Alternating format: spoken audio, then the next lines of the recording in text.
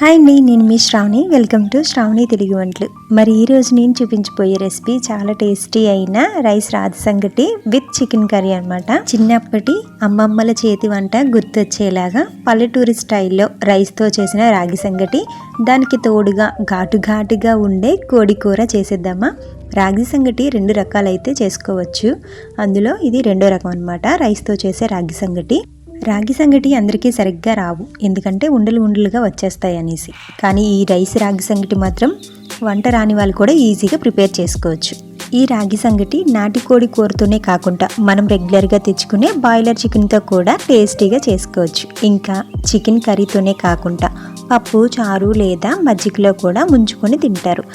కొంతమంది చేత్తో ముద్ద తీసి కూరలో అద్దుకొని తింటే ఆ టేస్టే వేరు. కొంతమందికి వీడియోస్లో చూసి రాగి సంగటి ప్రిపేర్ చేసి పిల్లలకైతే పెడుతూ ఉంటారు, కానీ అసలు తినరు. అందుకే చిన్నప్పటి నుంచే రాగి సంగటి అనేది అలవాటు చేయాలి. అంతేకాకుండా ఈ రైస్ రాగి సంగటి పెడితే పిల్లలకి చాలా ఇష్టంగా తింటారు. అప్పటికప్పుడు రాగి సంగటి తినాలి అనుకుంటే వెంటనే ఇలా ప్రిపేర్ చేసుకోవచ్చు అనమాట. మరి అంత టేస్టీ అయిన రాగి సంగటి ఎలా ప్రిపేర్ చేయాలో చూసేద్దామా. దీనికోసం ముందుగా ఒక గిన్నెలో 1 గ్లాస్ రేషన్ రైస్ అయితే తీసుకోండి. నేను చేసే రైస్ రాగి సంగటి అయితే 6 to 8 మెంబర్స్కి అయితే సరిపోవచ్చు. మీకు 4 మెంబర్స్కి కావాలంటే టీ గ్లాస్తో అయితే రైస్ అయితే తీసుకోండి.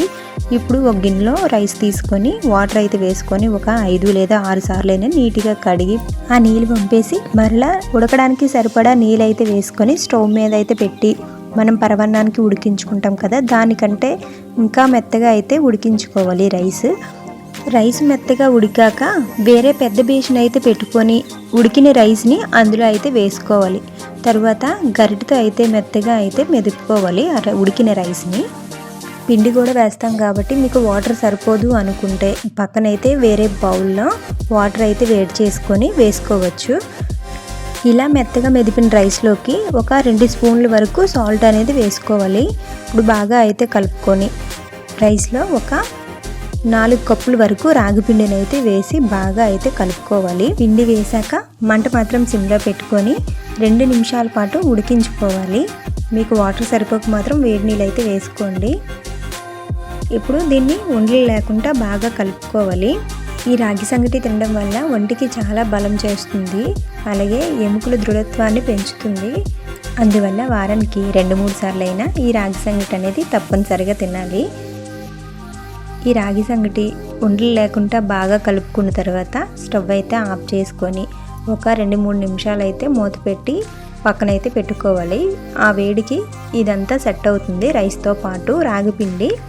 తర్వాత వేరే బౌల్ పెట్టుకొని ఒక 3 to 4 టేబుల్ స్పూన్ వరకు ఆయిల్ అయితే వేసుకొని ఆయిల్ కొద్దిగా మరిగిన తర్వాత 2 బిర్యానీ ఆకులు వేసుకోవాలి. తర్వాత సన్నగా కట్ చేసుకున్న ఆనియన్స్ కూడా వేసి బాగా ఎర్రగా వచ్చినంత వరకు వేయించుకోవాలి. ఆనియన్స్ ఎంత వేగితే అంత కర్రీ అయితే టేస్ట్ అయితే వస్తుంది, అంతేకాకుండా గ్రేవీ కూడా చిక్కగా వస్తుంది. సో ఆనియన్స్ బాగా వేగిన తర్వాత 1 స్పూన్ అల్లం వెల్లుల్లి పేస్ట్ కూడా వేసి పచ్చివాసన పోయిన తర్వాత ముందుగానే క్లీన్ చేసుకున్న చికెన్ అయితే వేసుకొని ఒక 2 లేదా 3 నిమిషాల పాటు చికెన్ అలానే ఫ్రై చేసుకోవాలి. ఇప్పుడు 2-3 నిమిషాలు అయిన తర్వాత ఇందులోకి ఒక 4 టేబుల్ స్పూన్ వరకు కారం అయితే యాడ్ చేసుకొని ఆకు, చెక్క, లవంగాలు, యాలకులు, దాల్చిన చెక్క, బిర్యానీ సామాన్లకు సంబంధించినవన్నీ కూడా పొడి చేసుకొని 1.5 స్పూన్ వరకు వేసుకోవాలి. ఈ దినుసులు పొడి చేసుకొని ముందే పెట్టుకుంటే ఎప్పుడు కావాలంటే అప్పుడు ఏ కర్రీలో కావాలంటే ఆ కర్రీలో వేసుకుంటే కర్రీ టేస్ట్ అనేది పెరుగుతుంది. ఈ మసాలాతో పాటు chicken masala, 1 spoon garam masala, 1 spoon ధనియా పొడి, 1 స్పూన్ మటన్ మసాలా కూడా వేసుకోవచ్చు. అన్నీ వేసిన తర్వాత తగినంత సాల్ట్ కూడా వేసుకొని ముక్కలకి మసాలా అంతా బాగా పట్టేలాగా కలుపుకోవాలి. చికెన్ మొత్తాన్ని బాగా కలుపుకున్న తర్వాత ఇప్పుడు మంటను మాత్రం సిమ్లో పెట్టుకొని మూత పెట్టుకొని మధ్య కలుపుకుంటూ ఒక 3 లేదా 4 నిమిషాలైనా ఆయిల్లో అయితే చికెన్ అయితే వేగించుకోవాలి. ఇలా 4 నిమిషాలు అయిన తర్వాత మూత తీసుకొని ఒకసారి కలుపుకొని 2 ఎర్రని టమాటీలను అయితే మిక్సీ పెట్టి ప్యూరీని అయితే వేసుకోవాలి. ఈ టమాటీ ప్యూరీ కూడా వేసాక బాగా అయితే కలుపుకొని టమాటీ పచ్చివాసన పోయినంత వరకు మూత పెట్టి అయితే ఉడికించుకోవాలి. టమాటీ వేసిన వెంటనే నీళ్ళు మాత్రం అసలు వేయకూడదు. టమాటీ పచ్చివాసన పోయిన తర్వాత మాత్రమే నీళ్ళు అయితే వేసుకొని ఉడికించుకుంటేనే ఆ కర్రీ చాలా టేస్ట్ అయితే వస్తుంది. సో బాగా అయితే కలుపుకొని మూత పెట్టుకొని ఒక 5-6 నిమిషాలైనా సిమ్లో పెట్టుకొని ఉడికించుకోవాలి. తర్వాత చికెన్ ఉడకడానికి సరిపడా నీళ్ళు అయితే యాడ్ చేసుకుని ఒకసారి కలుపుకొని మూత పెట్టుకోవాలి. తర్వాత చికెన్ కర్రీ 10 నిమిషాల్లో దించేస్తాము అనగా అప్పుడు వైట్ మసాలా అనేది వేసుకోవాలి. పెళ్ళిళ్ళలో అయినా ఫంక్షన్స్లో అయినా ఈ వైట్ మసాలా వాడతారు.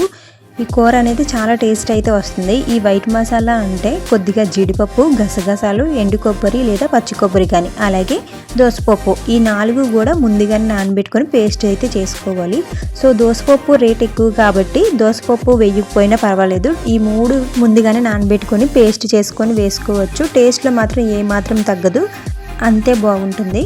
తర్వాత ఇందులోకి 2 లేదా 3 పచ్చిమిర్చి చిలుకలు అయితే వేసుకొని ఒక గుప్పెడు కస్తూరి మెంతి వేసుకున్న తర్వాత అలాగే 3 లేదా 4 రెమ్మల వరకు కరివేపాకు అనేది యాడ్ చేసుకొని తగినంత కొత్తిమీర కూడా వేసుకొని ఒకసారి బాగా కలుపుకొని సాల్ట్ సరిపోయిందో లేదో చూసుకొని అడ్జస్ట్ చేసుకోండి.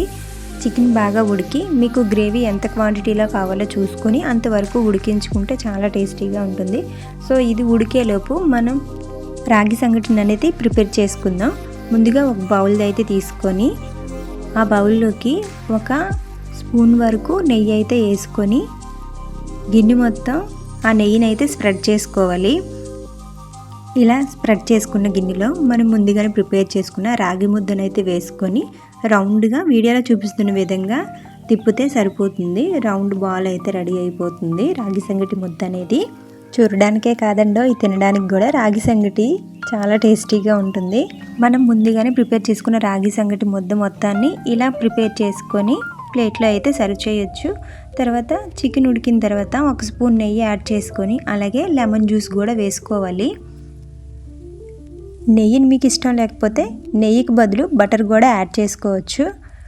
ఇప్పుడు బాగా కలుపుకొని స్టవ్ అయితే ఆఫ్ చేసుకోవాలి. తర్వాత మనం ముందుగానే ప్రిపేర్ చేసిన రైస్ రాగి సంగటిని ప్లేట్లో అయితే పెట్టుకొని కొద్దిగా పైన అదిమి 1 స్పూన్ నెయ్యి అయితే వేసుకొని ప్రిపేర్ చేసుకున్న చికెన్ కర్రీ కూడా వేసుకొని ఆనియన్స్తో తింటే ఉంటుంది, నోట్లో నీరు ఊరాల్సిందే. మీ ఇంట్లో రాగి సంగటి వండినప్పుడు కాంబినేషన్గా చికెన్ కర్రీ వండుతారా లేకపోతే ఇంకేమైనా కర్రీస్ అయితే ప్రిపేర్ చేసుకుంటారా? కామెంట్ అయితే చేయండి. ఈ వీడియోకి 100 లైక్స్ దాటితే మాత్రం నెక్స్ట్ వీక్ రాగి సంగటి మటన్ కర్రీ రెసిపీ అయితే పెడతా. చిన్ననాటి అమ్మమ్మ చేసిన రాగి సంగటి తిని ఎన్ని రోజులు అయిందో కదా, వెంటనే అమ్మకి ఈ వీడియో చూపించి వెంటనే ప్రిపేర్ చేసుకోండి.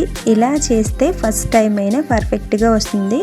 సో ఈ వీడియో నచ్చితే ఒక లైక్ కొట్టి మీ ఇంట్లో ఎలా చేస్తారో కామెంట్ అయితే చేయండి. నెక్స్ట్ వీడియోకి రాగి సంగటి చేపల పులుసు మిస్ అవ్వద్దు అనుకుంటే ఇప్పుడే నా ఛానల్ అయితే సబ్స్క్రైబ్ చేసుకొని బెల్ ఐకాన్ అయితే కొట్టండి. మళ్ళీ నెక్స్ట్ వీడియోలో కలుద్దాం. అంతవరకు టాటా, బాయ్ బాయ్.